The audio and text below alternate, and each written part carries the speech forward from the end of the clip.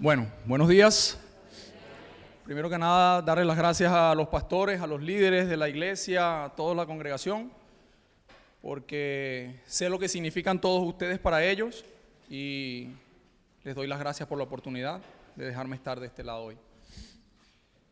Sé que no es un mensaje o algo parecido, pero quise nombrarlo, acordándome de un mensaje que me dio un pastor hace unos años. Lo nombró en inglés: From the pit to the prison and from the prison to the palace. Del pozo a la prisión y de la prisión al palacio. No sé a quiénes les suena esta historia o quién conocen la historia de la que estoy hablando. En Génesis 37, José fue echado al pozo y vendido luego como esclavo. En Génesis 39, José fue falsamente acusado y encarcelado. Y en Génesis del 40 al 45, vemos cómo a José le cambió la vida completamente. Y fue exaltado, fue puesto por gobernador de Egipto y le fueron entregados, yo creo que todo se le fue entregado. Tenía José 30 años cuando fue puesto como gobernador y Dios le dio un poquito de todo lo que creo que tenía preparado para él. Y ese poquito fue bastante. Tenía 30 años, la misma edad que tiene el que está puesto delante de ustedes hoy, en este atril, que también fue sacado del pozo en el que estuvo por mucho tiempo, que fue la vida que llevé durante mucho tiempo, que también estuvo preso por años, que es en el lugar donde he estado los últimos años de mi vida. Y pues bueno, no creo que haya sido coincidencia, no creo que sea coincidencia. Yo creo en un Dios que sé que es el Dios en el que ustedes creen, que tiene planes, que tiene un propósito para cada uno de nosotros. Y gloria a Él porque he estado viendo cómo cada uno de esos planes y cada una de esas promesas se han estado haciendo realidad en mi vida durante los últimos años. Mi nombre es Nixael Padilla. Algunos me conocen por un video que los pastores muy generosamente les compartieron hace un tiempo. Otros me conocieron hace un par de semanas que vine, estuve acá por primera vez. Tuve el privilegio de estar en una iglesia cristiana, como cristiano y en libertad. Después de casi 10 años. Y eso, no sé cómo se traduce. Yo creo que se traduce en Dios. No andaré en los detalles de mi vida o sobre mi persona, porque hoy quiero hablarles sobre las cosas y las maravillas que Dios ha hecho en mi persona. ¿Quieren ver cómo se ven 10 años en Dios? Volteen a la puerta del otro lado de la acera. Allí estaba yo hace 10 años, del otro lado de la acera. Como dice mi pastor Julius en Bonaire, mostrándole el puño a Dios. Diciéndole a Dios que yo podía más que Él, que yo sabía más que Él, y haciendo todo lo contrario a lo que estoy haciendo hoy. Para mí así se ven 10 años. Hace 10 años estaba allá, y hoy después de 10 años estoy de este lado. Y eso para mí es enorme. Crecí como católico, practiqué la santería y el espiritismo por muchos años. Desde mis 14 años hasta que caí preso. Y llegué a tener un poder, una entrega a niveles que hasta daban miedo, quizás. Por eso cuando te digo que estaba del otro lado, era literal. Burlándome de los cristianos, escondiéndome de ellos, ignorándolos. Sin mencionar también todo el daño que hice en la calle. Y a quienes más amo. Hoy es un día, yo creo que no solo muy especial, es muy especial.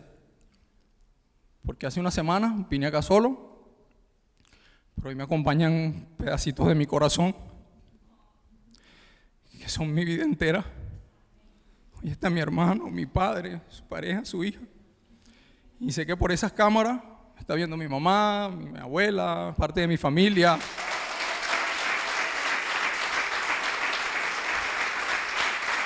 Y eso para mí es enorme. Además que para los venezolanos hoy se celebra el Día del Padre. Y este iba a ser mi Día del Padre número 10, sin compartirlo con ellos. Y hoy lo estoy pasando con él, gracias a Dios.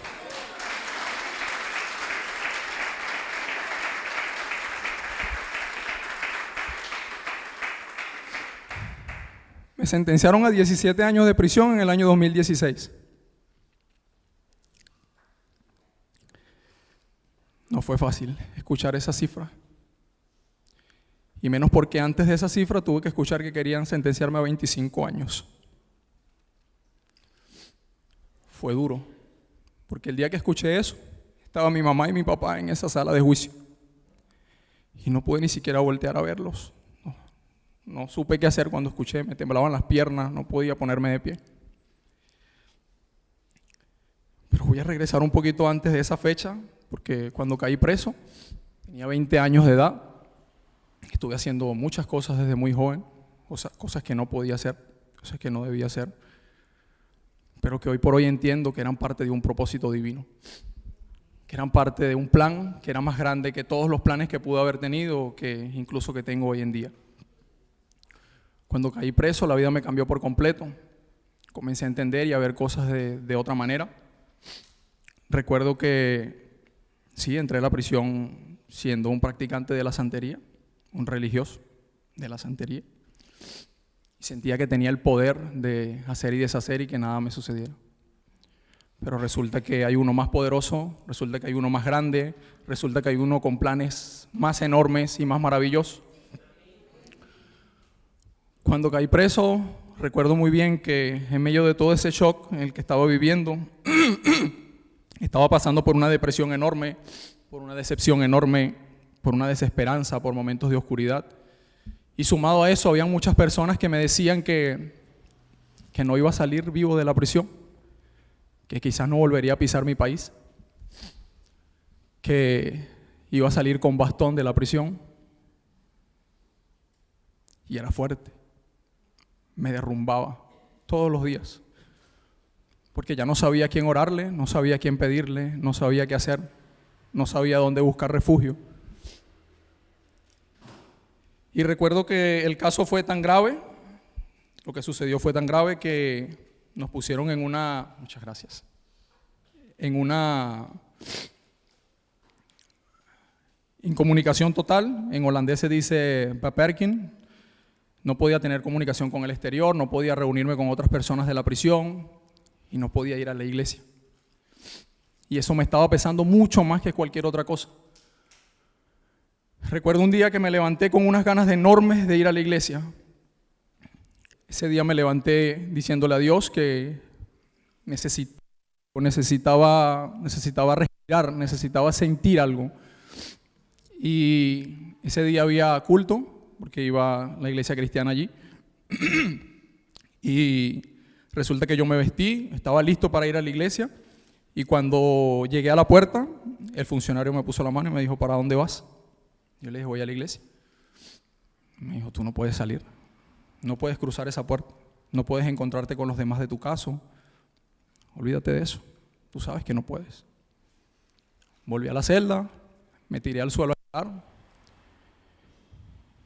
y no sé si a reclamarle a Dios o a pedirle a Dios, pero bueno, fue una de esas muchas conversaciones que he tenido con Dios en las que la frustración me está ahogando, y le dije que si ese era el Dios, este es el Dios que quieres que conozca.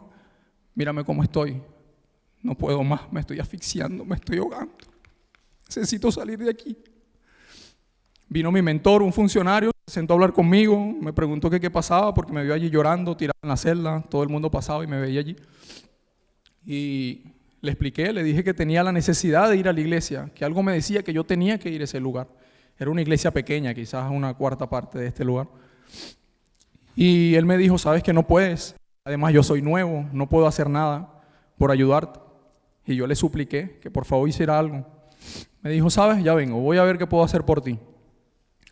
A los 10 minutos regresó y me dijo, Nixael, no sé cómo, no sé por qué, no sé qué sucedió, pero de camino a ver con quién hablaba, me encontré con el director de la prisión y les puse tu caso. y vas a ir a la iglesia.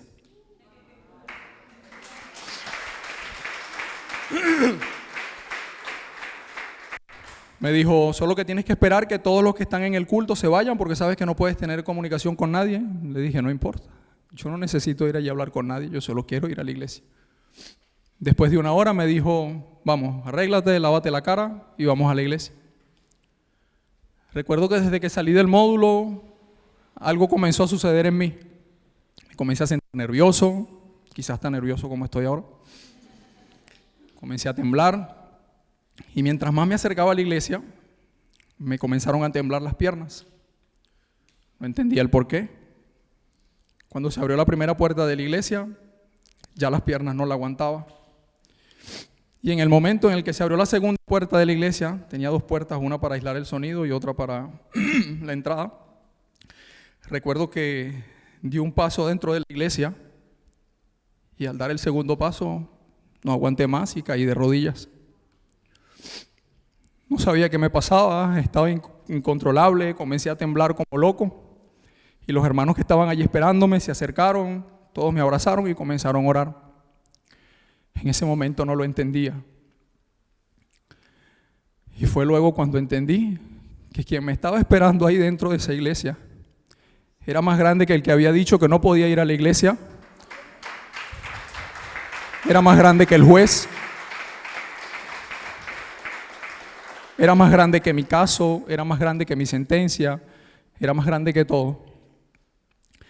Ese día entendí que mi molestia minutos atrás estaba siendo escuchada desde el primer momento, que desde que cayó la primera lágrima ya había sido vista, pero que Dios no estaba simplemente permitiendo que yo no pudiera ir a la iglesia. Dios había hecho una cita personal conmigo ese día allí. Yo no tenía que ir a ver a los demás ese día escuchando el servicio. Yo tenía que ir a que Dios me hablara directamente a mí. Y entendí ese día que Dios me dijo, tranquilo hijo, yo tengo algo preparado. Tú no vas a venir cuando estén todos los demás. Yo te voy a traer a ti en el VIP. Vas a estar en primera fila y vas a escucharme a mí, vas a verme a mí, vas a sentirme a mí en persona, frente a frente. Y esa fue mi primera experiencia con Dios y con el Espíritu Santo.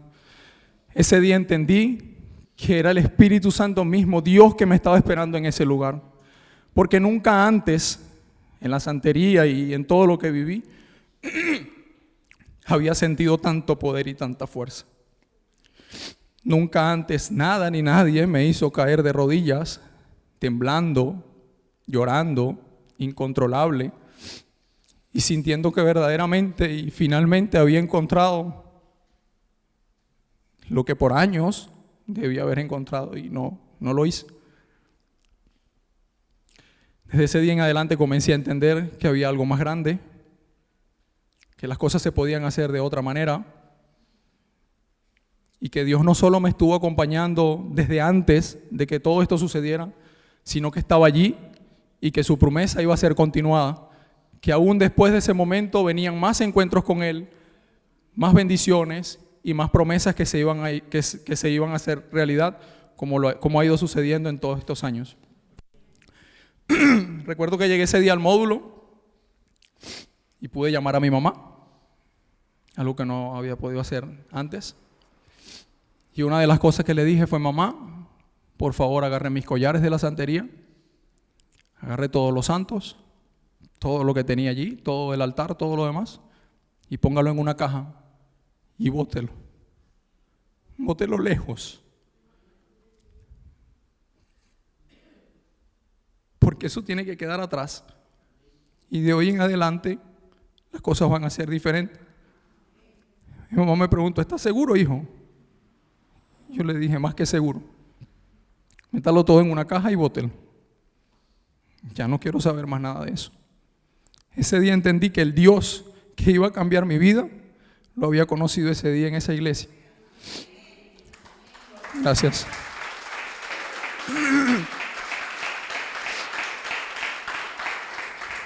Que había sido el mismo Dios que por años me estuvo cuidando, protegiendo, cuando creía que eran otros dioses. El mismo Dios que permitió que en momentos en los que sentí balas pasarme por los lados, en los que estuve en persecuciones, en los que estuve con malas amistades, con enemistades, era ese Dios con el que me había encontrado en ese día, que me estaba esperando. Ese Dios al que no le importó que criticase a los cristianos, que fuese un rebelde durante toda mi juventud. El mismo Dios que me perdonó, que no escuchara a mi mamá, a mi papá, a mi familia. Ese Dios había llegado a mi vida para cambiarla por completo. Y por eso tomé esa decisión tan drástica ese día, decisión de la cual no me arrepiento. Sé que siguieron siendo días duros, no les voy a mentir, no fue ni ha sido fácil, y sé que por lo que quede tampoco va a ser color de rosa, porque Dios no llega a nuestras vidas para convertirlo todo en un cuento de hadas. Incluso se complican más las cosas. Porque afuera, lastimosamente, la droga te la venden, pero en la prisión ofrecen para regalártela. Y comenzaron a venir las ofertas de tómate esto, fúmate esto, bébete esto, así te vas a salir de este lugar, no vas a sentir que estás preso. Y mi respuesta era no, yo quiero sentir que estoy preso. Yo necesito pasar por esto. Yo necesito saber que lo que estoy haciendo es consecuencia de mis actos y tengo que vivirlo de alguna manera u otra. Fue un juicio largo, duró un año y fue un año escuchando los mismos comentarios, las mismas provocaciones. No vas a salir de aquí, vas a salir viejito, vas a salir con andadera, vas a salir con bastón, vas a salir sin dientes, vas a salir de todo. Y sí, me quebraba cada vez que lo escuchaba. Y recuerdo el día que llegó el momento de ir al juicio y escuché esa cifra y el mundo se me vino abajo, porque cuando regresé al módulo todos se reían y me decían, te lo dijimos, aquí vas a pasar tu juventud, no vas a volver a pisar la calle, no vas a volver a pisar Venezuela, etcétera, etcétera. Y sí, tengo que ser sincero, ese día sentí como que ellos habían ganado, yo había perdido, ellos tenían razón. Yo estaba creyendo en un Dios que no estaba haciendo nada por mí. Y entré esa noche en la celda y me senté otra vez en el suelo a llorar y a reclamarle a Dios y a decir, no me estás escuchando, no me estás viendo, no puedo más. Comencé a tener pensamientos que en el principio no tenía, pensamientos muy oscuros. Comencé a pensar de que si yo tenía que pasar tanto tiempo preso, yo prefería no vivir. Porque que iba a hacer toda mi juventud preso. Yo no quería eso. Pensaba en mi mamá, en mi papá, en mis hermanos.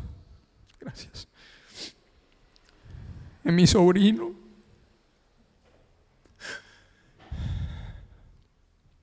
Que tenía 1 año cuando caí preso. Y dije, no voy a ver crecer a mi niño. No voy a tener mi familia, no voy a tener mis hijos. Literalmente, y perdón por la palabra, pero dije, me jodí la vida. Y 14 días después, cuando tuve que ir a escuchar la sentencia final, se dijeron cosas en ese juicio que no esperé. Porque todos creían que estaba, ya, no había opción. Yo lo creía también así. Pero ese día pasó algo que yo no me esperaba, algo que quizás ni mi papá ni mi mamá se esperaban. Porque los familiares de las víctimas de ese suceso se acercaron a ellos, aún en medio de su dolor, de su luto, y los abrazaron y les dijeron, díganle a su hijo que lo perdonamos. Dígale a su hijo que no tenemos nada en contra de él. Dígale a su hijo que no vemos en él una mala persona.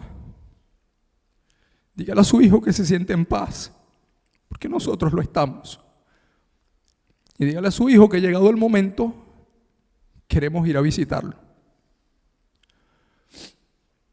Cuando me contaron eso, yo creo que no hay palabras para explicar lo que sentí. No solo se me había quitado un peso de encima, sino que estaba recibiendo otra confirmación de Dios, diciéndome, yo soy el Dios que está por sobre todas las cosas, que está por sobre los rencores, sobre los dolores, sobre las ansiedades, sobre los temores, por sobre todo. Solo que bueno, en ese momento no lo entendía tan bien como hoy. Luego escuché de la juez cuando me dijo: eres lo mejor dentro de lo peor. Y siento que tu arrepentimiento es genuino. Y no serán 25, serán 19. Aún era mucho, pero era menos que 25. Y desde ese momento comencé a darle gracias a Dios allí sentado. Y le dije: Dios, pero todavía no es suficiente. Son 19 años de mi vida. Yo sé que tú puedes hacer algo. Yo sé que hay algo más. Pero la parte que más me gustó fue cuando regresé al módulo y todos aquellos que me gritaban y me decían que yo no iba a regresar a Venezuela, que iba a salir viejito, sin dientes, etcétera, etcétera. Todos estaban calladitos en sus celdas. Nadie salió a decirme nada, nadie comentó nada. Y yo me paré ese día y vi a todas las celdas y dije: Dios, los callaste. Me callaste incluso a mí, porque no creía que esto fuese posible. Apelé la sentencia y volvieron otra vez las burlas. Estás loco, eres un mal agradecido, eres un inconforme. Ahora sí te van a dar duro, me decían. Ya no van a ser 25, te van a dar 30. Pasaron unos meses, volví a ir a la corte y los jueces dijeron: ya no son 19, ahora son 17. Menos aún. Regresé ese día al módulo y me volví a parar en el mismo lugar. Y no había ninguno. Ninguno estaba allí para burlarse o para decir nada. No digo esto con orgullo de querer decir: bueno, yo gané, no tuvieron la razón, perdieron. No. Sino porque quiero dar a entender de que hay un Dios que escucha, de que hay un Dios que conoce. Y como dice otro de mis pastores en Bonaire, un Dios que pesa nuestros corazones. Un Dios que ve nuestros corazones, un Dios que ve nuestro arrepentimiento, si es genuino, y que toma todo eso y te dice: dame, tú no puedes con eso, pero yo sí. Ven a mí. Y ya yo lo estaba haciendo. Así que bueno, la sentencia se mantuvo en 17. Han sido 10 años bastante largos. Estuve luchando por mucho tiempo para venir a España, porque no es fácil estar solo, entre comillas, sin familiares cerca. Y además preso. Así que estuvimos haciendo esa lucha por un tiempo, hasta que finalmente, pastora, ¿cómo voy de tiempo? ¿Mal? ¿Me pasé? Ay. Bueno, vale. Luchando por mucho tiempo, hasta que finalmente pues se dio.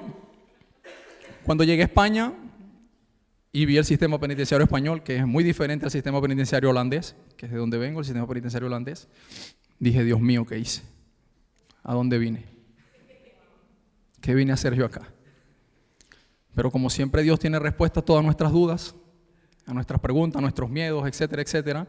Comencé a ver rápidamente por qué. ¿Por qué tardé tanto en venir? ¿De qué me estuvo cuidando Dios? ¿De qué me estuvo guardando Dios por tanto tiempo? Pero también por qué me trajo en este momento.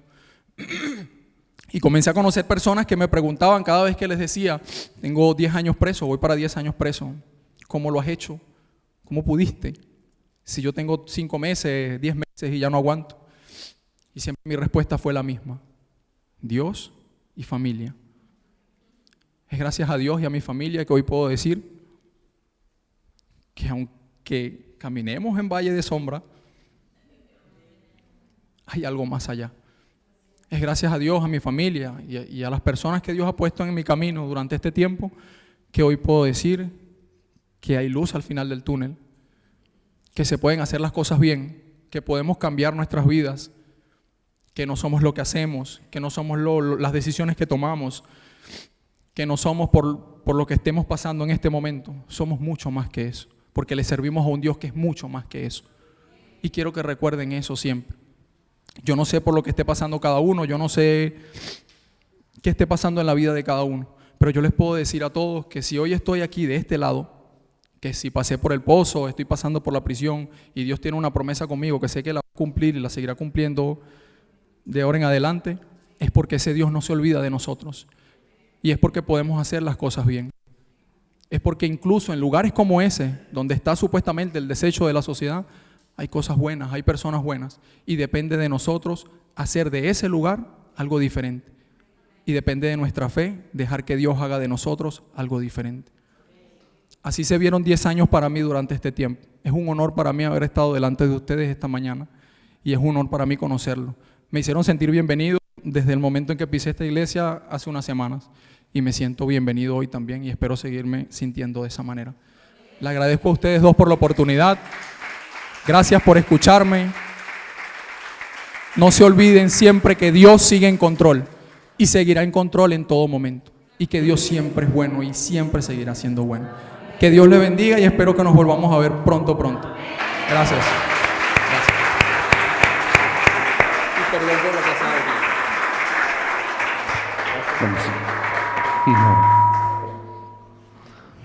Gracias.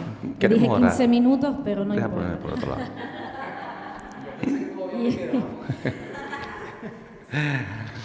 ¿Cuánto llevas en Tenerife que llegaste? Llegué a Tenerife el 25 de noviembre del año pasado. 25 de noviembre, me acuerdo que estaba, ¿dónde está Edu? Ahí, dice, Edu, hay un chico que se quiere apuntar para el culto. Y dice, no, que él es creyente. Dije, va, uno más. Ahí. Dice, es un creyente que se dije, uno más, no sé cuánto, pero luego vino al culto, pudimos hablar. Hay muchos detalles que dije, él tiene para escribir en libro, yo sé que va a escribir en libro. Se está escribiendo, amén, amén. Y yo sé que en ese libro van a haber muchos detalles que Dios va a usar para que el nombre de él sea glorificado, amén.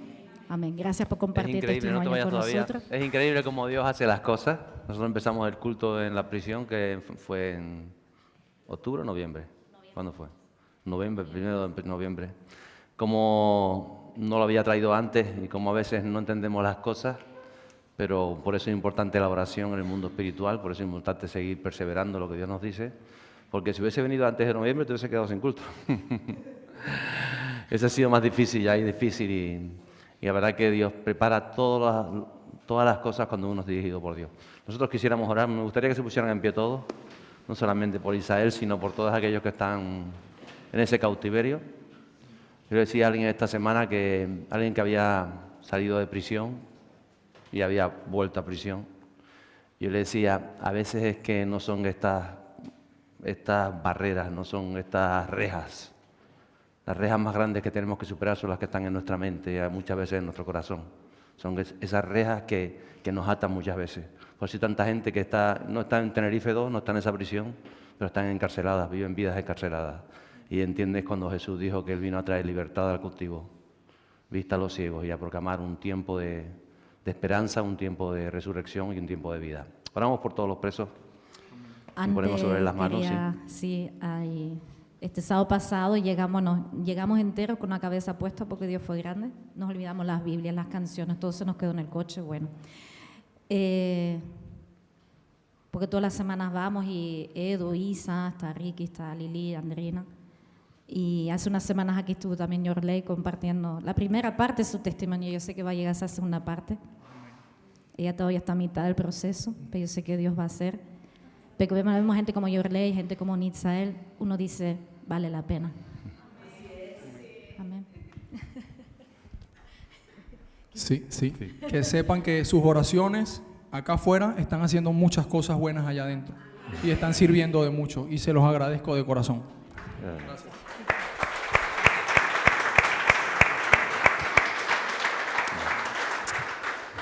Padre Santo, te damos las gracias porque tú eres el Dios que traes libertad a los cautivos, traes vista a los ciegos, Señor. Venimos a aportar un tiempo de esperanza para cada preso en esa prisión, Señor, un tiempo de despertar, de avivamiento. Rompe, Señor, toda obra de tinieblas, de oscuridad, así como la has roto en la vida de nuestro hermano, Señor, que hoy está aquí dándote gracias, alabándote, bendiciéndote. Agradecido, Señor, porque es portador de tu presencia, de esa relación íntima con tu Espíritu Santo. Que muchos, Señor, puedan ser inspirados, seguir el ejemplo, Señor, de esa conexión contigo, no solamente dentro de esas puertas, sino también fuera, Señor, en nuestras calles, aún en nuestras iglesias. Ese anhelo de verdaderamente vivir la experiencia del Espíritu Santo, la vivencia de tener a Dios dentro de nosotros, en nuestro corazón, formando nuestro carácter, detallando nuestro camino, dirigiendo nuestros pasos. Te damos gracias por este varón, Señor, que tú levantas Que todas las promesas que han sido vertidas sobre él por medio de tu palabra, Señor, se puedan cumplir y podamos verlas, Señor. Que pueda ser un testimonio vivo, andante de esa luz que viene de los cielos, que viene para transformar las vidas, las familias, los hogares y los corazones. Gracias por Israel, lo bendecimos. Toma el control de cada vida en ese lugar. Gracias aún por los funcionarios, Señor. Por todos aquellos que entran y visitan, ponnos la fuerza, el valor, la sabiduría y la palabra certera que abre las rejas de esos corazones y de esas mentes para que puedan ser libres en el nombre poderoso de Jesús. Amén, amén. En el nombre de Cristo, amén.